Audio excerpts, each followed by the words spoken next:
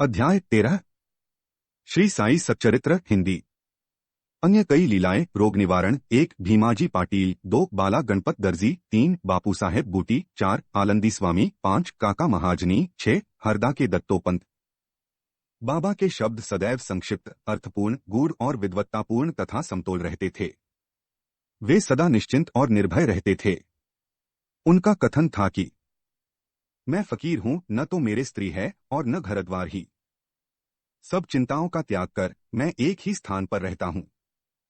फिर भी माया मुझे कष्ट पहुंचाया करती है। मैं स्वयं को तो भूल चुका हूं, परंतु माया मुझे नहीं भूलती, क्योंकि वह मुझे अपने चक्र में फंसा लेती है। श्रीहरि की यह माया ब्रह्मादि को भी नहीं छोड़ती, फिर मुझ सरीखे फकीर का तो कहना ही क्या है। परंतु जो हरि की शरण लेंगे वे उनकी कृपा से मायाजाल से मुक्त हो जाएंगे। इस प्रकार बाबा ने माया की शक्ति का परिचय दिया। भगवान श्री कृष्ण भागवत में उद्धव से कहते हैं कि संत मेरे जीवित स्वरूप हैं, और बाबा का भी कहना यही था कि वे भाग्यशाली जिनके समस्त पाप नष्ट होने हों, वे ही मेरी उपासना की ओर अग्रसर होते हैं। यदि तुम केवल साई साई का ही स्मरण करोगे तो मैं तुम्हें भवसागर से पार दूंगा। इन शब्दों पर विश्वास करो, तुम्हें अवश्य लाभ होगा। मेरी पूजा के निमित्त कोई सामग्री या अष्टांग योग की भी आवश्यकता नहीं है। मैं तो भक्ति में ही निवास करता हूं।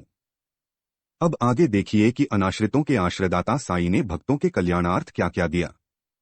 भीमाजी पाटिल, सत्य साई व्रत। नारायण गांव, तालुका जुन्नर, जिला पूना के एक महानुभाव भीमाजी पाटिल को सन 1909 में वक्षस्थल में एक भयंकर रोग हुआ, जो आगे चलकर क्षय रोग में परिणत हो गया। उन्होंने अनेक प्रकार की चिकित्सा की, परंतु कुछ लाभ न हुआ। अंत में हताश होकर उन्होंने भगवान से प्रार्थना की, हे नारायण, हे प्रभु, मुझ अनाथ की कुछ सहायता करो। यह तो विदित ही है कि जब हम सुखी रहते हैं तो भगवत स्मरण नहीं करते, परंतु जो ही दुर्भाग्य घेर लेता है, दुर्दिन आते हैं, तभी हमें भगवान की याद आती है। इसीलिए भीमाजी ने भी ईश्वर को पुकारा। उन्हें विचार आया कि क्यों न साईं बाबा के परम भक्त श्री नाना साहेब चांदोरकर से इस विषय में परामर्श लिया जाए, और इसी हेतु उन्होंने अपनी स्थिति पूर्ण विवरण सहित उनके पास लिख भेजी और उचित मार्गदर्शन के लिए प्रार्थना की। प्रत्युत्तर में श्री नाना साहेब ने लिख दिया कि अब तो केवल एक ही उपाय शेष है, और वह है साईं बाबा के चरण कमलों की शरणागति। नाना साहेब के वचनों पर विश्वास कर उन्होंने शिरडी प्रस्थान की तैयारी की। उन्हें शिरडी में लाया गया और मस्जिद में ले जाकर लिटाया गया। श्री नाना साहेब और श्यामा भी उस समय वहीं उपस्थित थे। बाबा बोले कि यह पूर्वजन्म के बुरे कर्मों का ही फल है, इस कारण मैं इस झंझट में नहीं पड़ना चाहता। यह सुनकर रोगी अत्यंत निराश होकर करुणापूर्ण स्वर में बोला कि मैं बिल्कुल निस्सहाय हूं और अंतिम आशा लेकर आपके श्री चरणों में आया हूं। आपसे दया की भीख मांगता हूं। हे दीनों के शरण, मुझ पर दया करो। इस प्रार्थना से बाबा का हृदय द्रवित हो आया और वे बोले कि अच्छा, ठहरो, चिंता न करो, तुम्हारे दुहकों का अंत शीघ्र होगा। कोई कितना भी दुहखित और पीड़ित क्यों न हो, जैसे ही वह मस्जिद की सीढ़ियों पर पैर रखता है, वह सुखी हो जाता है। मस्जिद का फकीर बहुत दयालु है और वह तुम्हारा रोग भी निर्मूल कर देगा। वह तो सब पर प्रेम और दया रखकर रक्षा करता है। रोगी को हर 5वें मिनट पर खून की उल्टियां हुआ करती थीं, परंतु बाबा के समक्ष उसे 1 दुख में सुमिरन सब करे, सुख में करे न कोय। जो सुख में सुमिरन करे, दुख काहे को होय। मुख से आशा और कोई उल्टी न हुई। जिस समय से बाबा ने अपने श्री दयापूर्ण शब्दों में उक्त उद्गार प्रकट किए, उसी समय से रोग ने भी पलटा खाया। बाबा ने रोगी भीमाबाई के घर में ठहरने को कहा। यह स्थान इस प्रकार के रोगी का सुविधाजनक और स्वास्थ्यप्रद तो न था, फिर भी बाबा की आज्ञा कौन टाल सकता था। वहां पर रहते हुए बाबा ने 2 स्वप्न देकर उसका रोग हरण कर लिया। पहले स्वप्न में रोगी ने देखा कि वह एक विद्यार्थी है और शिक्षक के सामने कविता मुखाग्र न कर सकने के दंडस्वरूप बेतों की मार से असहनीय कष्ट भोग रहा है।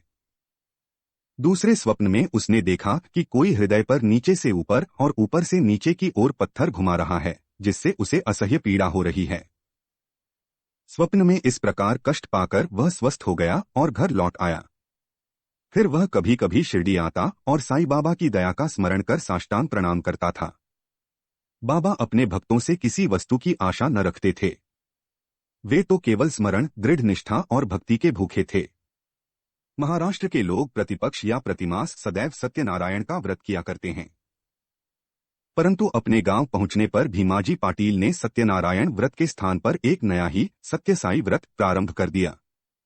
बाला गणपत दर्जी। एक दूसरे भक्त जिनका नाम बाला गणपत दर्जी था, एक समय जीर्ण ज्वर से पीड़ित हुए। उन्होंने सब प्रकार की दवाइयां और काढ़े लिए, परंतु इनसे कोई लाभ न हुआ। जब ज्वर तिलमात्र भी न घटा तो वे शिरडी दौड़े आए और बाबा के श्री चरणों की शरणी ली। बाबा ने उन्हें विचित्र आदेश दिया कि लक्ष्मी मंदिर के पास जाकर एक काले कुत्ते को थोड़ा सा दही और चावल खिलाओ। वे यह समझ न सके कि इस आदेश का पालन कैसे करें। घर पहुंचकर चावल और दही लेकर वे लक्ष्मी मंदिर पहुंचे, जहां उन्हें एक काला कुत्ता पूंछ हिलाते हुए दिखा। उन्होंने वह चावल और दही उस कुत्ते के सामने रख दिया, जिसे वह तुरंत ही खा गया। इस चरित्र की विशेषता का वर्णन कैसे करूं कि उपर्युक्त उपाय करने मात्र से ही बाला दर्जी का ज्वर हमेशा के लिए जाता रहा। बापू साहेब बूटी। श्रीमान बापू साहेब बूटी एक बार अम्लपित्त के रोग से पीड़ित हुए। उनकी अलमारी में अनेक औषधियां थीं, परंतु कोई भी गुणकारी न हो रही थी। बापू साहेब अम्लपित्त के कारण अति दुर्बल हो गए और उनकी स्थिति इतनी गंभीर हो गई कि वे अब मस्जिद में जाकर बाबा के दर्शन करने में भी असमर्थ थे। बाबा ने उन्हें बुलाकर अपने सम्मुख बिठाया और बोले, सावधान, तुम्हें दस्त न लगेंगे। अपनी उंगली उठाकर फिर कहने लगे, उल्टियां भी अवश्य रुक जाएंगी। बाबा ने ऐसी कृपा की कि रोग समूल नष्ट हो गया और बूटी साहेब पूर्ण स्वस्थ हो गए। अब एक अन्य अवसर पर भी वे हैजा से पीड़ित हो गए। फलस्वरूप उनकी प्यास अधिक तीव्र हो गई। डॉ पिल्ले ने हर तरह के उपचार किए, परंतु स्थिति न सुधरी। अंत में वे फिर बाबा के पास पहुंचे और उनसे तृषारोग निवारण की औषधि के लिए प्रार्थना की। उनकी प्रार्थना सुनकर बाबा ने उन्हें मीठे दूध में उबाला हुआ बादाम, अखरोट और पिस्ते का काढ़ा पियो, यह औषधि बतला दी। दूसरा डॉक्टर या हकीम बाबा की बतलाई हुई इस औषधि को प्राणघातक ही समझता, परंतु बाबा की आज्ञा का पालन करने से यह रोगनाशक सिद्ध हुई और आश्चर्य की बात है कि रोग समूल नष्ट हो गया। आलंदी के स्वामी। आलंदी के एक स्वामी बाबा के दर्शनार्थ शिरडी पधारे। उनके कान में असह्य पीड़ा थी, जिसके कारण उन्हें एक पल भी विश्राम करना दुष्कर था। उनकी शल्य चिकित्सा भी हो चुकी थी, फिर भी स्थिति में कोई विशेष परिवर्तन न हुआ था। दर्द भी अधिक था। वे किंकर्तव्य विमूढ़ होकर वापस लौटने के लिए बाबा से अनुमति मांगने गए। यह देखकर श्यामा ने बाबा से प्रार्थना की कि स्वामी के कान में अधिक पीड़ा है, आप इन पर कृपा करो। बाबा आश्वासन देकर बोले, अल्लाह अच्छा करेगा।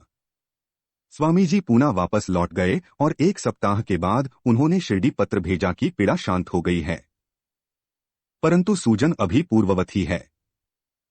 सूजन दूर हो जाए, इसके लिए वे शल्य चिकित्सा ऑपरेशन कराने बंबई गए। शल्य चिकित्सा विशेषज्ञ सर्जन ने जांच करने के बाद कहा कि शल्य चिकित्सा ऑपरेशन की कोई आवश्यकता नहीं।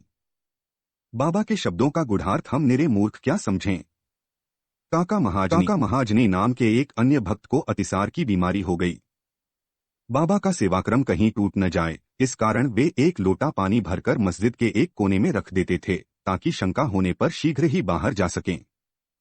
श्री साईं बाबा को तो सब विदित ही था, फिर भी काका ने बाबा को सूचना इसलिए नहीं दी कि वे रोग से शीघ्र ही मुक्ति पा जाएंगे। मस्जिद में फर्श बनाने की स्वीकृति बाबा से प्राप्त हो ही चुकी थी, परंतु जब कार्य प्रारंभ हुआ तो बाबा क्रोधित हो गए और उत्तेजित होकर चिल्लाने लगे, जिससे भगदड़ मच गई। जैसे ही काका भागने लगे, वैसे ही बाबा ने उन्हें पकड़ लिया और अपने सामने बैठा लिया। इस गड़बड़ी में कोई आदमी मूंगफली की एक छोटी थैली वहां भूल गया। बाबा ने एक मुट्ठी मूंगफली उसमें से निकाली और छील कर दाने काका को खान के लिए दे दिए। क्रोधित होना, मूंगफली छीलना और उन्हें काका को खिलाना, यह सब कार्य एक साथ ही चलने लगा। स्वयं बाबा ने भी उसमें से कुछ मूंगफली खाई। जब थैली खाली हो गई तो बाबा ने कहा कि मुझे प्यास लगी है, जाकर थोड़ा जल ले आओ। काका एक घड़ा पानी भर लाए और दोनों ने उसमें पानी पिया। फिर बाबा बोले कि अब तुम्हारा अतिसार रोग दूर हो गया, तुम अपने फर्श के कार्य की देखभाल कर सकते हो। थोड़े ही समय में भागे हुए लोग भी लौट आए। कार्य पुनः प्रारंभ हो गया। काका का रोग अब प्रायः दूर हो चुका था। इस कारण वे कार्य में संलग्न हो गए। क्या मूंगफली अतिसार रोग की औषधि है? इसका उत्तर कौन दे? वर्तमान चिकित्सा प्रणाली के अनुसार तो मूंगफली से अतिसार में वृद्धि ही होती है, न कि मुक्ति। इस विषय में सदैव की भांति बाबा के श्री वचन ही औषधि स्वरूप थे। हरदा के दत्तोपंत। हरदा के एक सज्जन जिनका नाम श्री दत्तोपंत था, 14 वर्ष से उदर रोग से पीड़ित थे। किसी भी औषधि से उन्हें लाभ न हुआ। अचानक कहीं से बाबा की कीर्ति उनके कानों में पड़ी कि उनकी दृष्टि मात्र से ही रोगी स्वस्थ हो जाते हैं। आठ वे शिरडी आए और बाबा के चरणों की शरण ली। बाबा ने प्रेम दृष्टि से उनकी ओर देखकर आशीर्वाद देकर अपना वरदेहस्त उनके मस्तक पर रखा। आशीष और उदी प्राप्त कर वे स्वस्थ हो गए तथा भविष्य में उन्हें फिर कोई पीड़ा न हुई। इसी तरह के निम्नलिखित 3 चमत्कार इस अध्याय के अंत में टिप्पणी में दिए गए हैं। 1. माधवराव देशपांडे बवासीर रोग से पीड़ित थे। बाबा की आज्ञानुसार सोनामुखी का काढ़ा सेवन करने से वे निरोग हो गए। 2 वर्ष पश्चात उन्हें पुनः वही पीड़ा उत्पन्न हुई। बाबा से बिना परामर्श लिए वे उसी काढ़े का सेवन करने लगे। परिणाम यह हुआ कि रोग अधिक बढ़ गया, परंतु बाद में बाबा की कृपा से शीघ्र ही ठीक हो गया। 2. काका महाजनी के बड़े भाई गंगाधर पंत को कुछ वर्षों से सदैव उदर में पीड़ा बनी रहती थी। बाबा की कीर्ति सुनकर वे भी शिरडी आए और आरोग्य प्राप्ति के लिए प्रार्थना करने लगे। बाबा ने उनके उदर को स्पर्श कर कहा, अल्लाह अच्छा करेगा। इसके पश्चात तुरंत ही उनकी उदर पीड़ा मिट गई और वे पूर्णतः स्वस्थ हो गए। 3. श्री नाना साहेब चांदोरकर को भी एक बार उदर में बहुत पीड़ा होने लगी। वे दिन रात मछली के समान तड़पने लगे। डॉक्टरों ने अनेक उपचार किए, परंतु कोई परिणाम न निकला। अंत में वे बाबा की शरण में आए। बाबा ने उन्हें घी के साथ बर्फी खाने आज्ञा दी। इस औषधि के सेवन से वे पूर्ण स्वस्थ हो गए। इन सब कथाओं से यही प्रतीत होता है कि सच्ची औषधि जिससे अनेकों को स्वास्थ्य लाभ हुआ, वह बाबा के केवल श्रीमुख से उच्चारित वचनों एवं उनकी कृपा का ही प्रभाव था। श्री सद्गुरु साईनाथार्पणमस्तु। शुभं भवतु। सप्ताह पारायणः द्वितीय विश्राम।